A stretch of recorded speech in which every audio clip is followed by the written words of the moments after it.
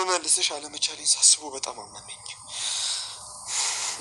ታውቂያለሽ፣ በቃ ለምን ቤተሰቦቼ ቤት አልሄድም ብዬ ወሰንኩኝ፣ ግን አልቻልኩም። ሳልነግርሽ ነገርኩሽ እኮ እማዬ እንዳትደነግጥ ብዬ ነው። እንዴ ምን ተፈጠረ? ዴቭን አባዬ ይዞታል። እንዴ መቼ? የት? እዚህ መጥቶ? እንዴት እንዳገኘው አላውቅም፣ ግን እየጠበቁት አልመጣም ነበር። የት? ዴቭን ይዘውታል። አንድ ወደዚህ ካልመጣሽ አንለቀውም ብሎ አስፈራሪ። የምርሽን ነው አይደል? ቆይ እነማን ናቸው? አጎቴ ጫኔ። እንዴ እዚህ ራ እንዲያስቀምጥኩትኝ ማን ወሰደው? ወይኔ ፍቅር። ወይ እማዬ፣ ቀለበት ይነስሻል? የምን ቀለበት?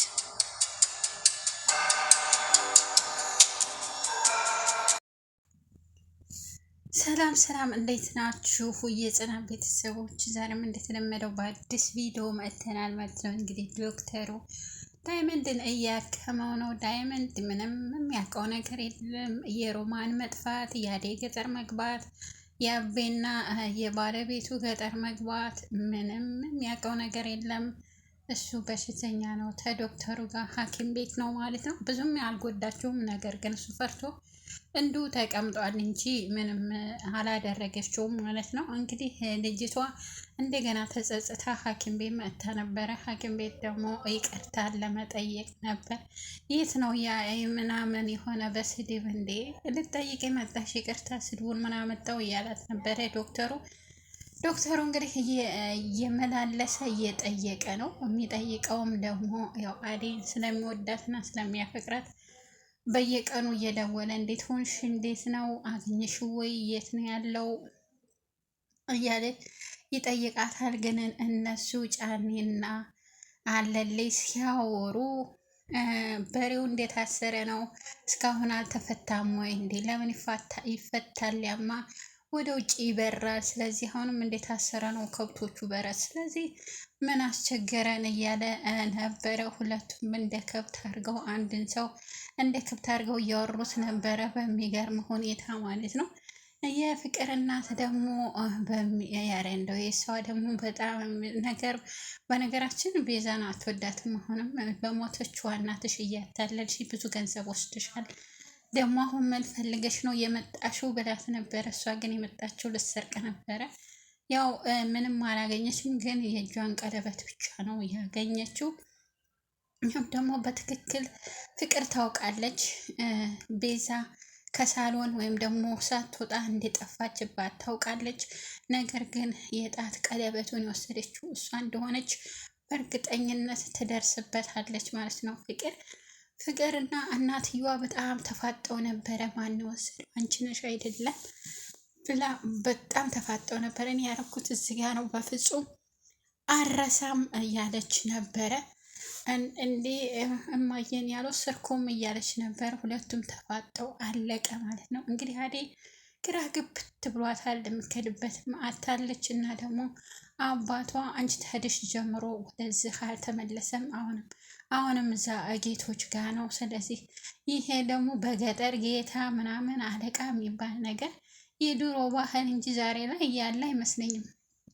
እና ዛሬ ድረስ አልለቀቁትም፣ አልመጣም እያለቻት ነበረ። ወይኔ አባቴ ምን ሆኖ ይሆን? ለምንድን ነው እስከ ዛሬ ድረስ ያልተመለሰው ወደ ቤት? ለምን አልተመለሰም? ለምን አልሄደም? ምን ሆኖ ነው እስካሁን ድረስ የቆየበት ምክንያት ምንድን ነው? እያሉ ሁለቱ ሴቶች እየተማከሩ ነበረ። እና ለምን መጣሽ? እንዴት መጣሽ? ምን ሆነሽ መጣሽ? እያለች ስትላት ነበረ። የመጣሁበትማ ዴቭን አባት ያግቶ እዙ አንጥቶታል። ጫኔና አለልኝ አንጥተውታል እዚህ። ስለዚህ እሱም ብዬ ነው የመጣሁት። አንድ ቀን ተሳካልኝ ብዬ እፎይታ ልል። የኔ ነገር በጣም የሚገርምና ስቃይ የበዛበት ነው የኔ ኖሮ። ስለዚህ አሁን እንዴት አርጌ ነው እሱን አስፈትቼ ተመልሼ የምሄደው? ደግሞ አባቴ እዛ ምን ሆኖ ይሆን እያሉ ሁለቱም እየተማከሩ ነበረ። እኔ የሚመስለኝ እንግዲህ አባትየው እዛ ተይዟል። አንቺ ካልመጣሽ አባትየው ሊለቁት አይችሉም፣ ወይም ደግሞ አባትየው ወደማያልቀው ሀገር ይሸኛል ካልመጣች ተብላ ምናልባት ትሄድ ይሆናል። እንደዛ ከሆነ ጌቶች የሚባለው ሰውዬ ጋር ልከት ትችላለች ማለት ነው። ዴቭም እንግዲህ አልወጣም። ያሰሩበትን ከብቶች በረት ነው፣ በሬው ታስሯል ወይም ጥጃው ታስሯል እንዲኮናል እያሉ እንትን እያሉን ነበረ። እነጫኔ እያንቀላበሱት ነበር። በጣም ይገርማል። እንግዲህ አሁን አሹም ሮማን የለችም፣ ሮማን ወጥታለች። ከወጣች ጀምሮ አልታየችም። ማን ወሰዳት? ምናልባት ጫኔ አግኝቶ ወስዷትም ሊሆን ይችላል። ምናልባትም ደግሞ የሆነ ሰው አግቷትም ሊሆን ይችላል። እንግዲህ እስካሁን ድረስ አልታየችም ማለት ነው። ያው አሹም እየፈለገ ነው። ወዴት ሄዳ ይሆን እያለ የልቡን ትርታ እያስታወሰ እንግዲህ እየፈለገ ነው።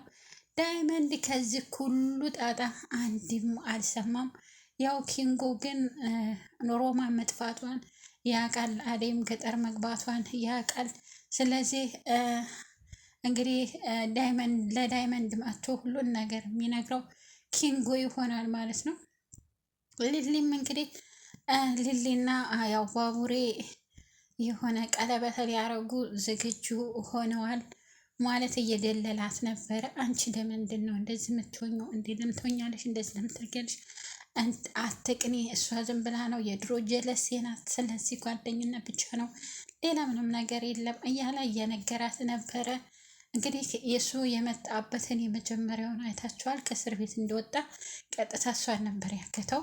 ይህም ሁሉ የሚያደርገው ደግሞ ለገንዘብ ብሎ ነው። ተገንዘብ ደግሞ እሱን ተቀብሎ ወደ ውጭ ለመውጣት ነበረ ባቡሬ ማለት ነው። ወደኋላ መለስ ስንል ስናዘክር እናትየዋ ደግሞ እስኪ የሰውየውን ወንድም ሂጅ ልጠይቀው የት እንዳሰሩት እና ደግሞ ምን እንዳደረጉት ሂጅ ልጠይቅ። ለምንድን ነው ሰውየውስ ያልተመለሱት? እስከ ዛሬ ድረስ እዛ የቆዩበት ምክንያት ምንድን ነው?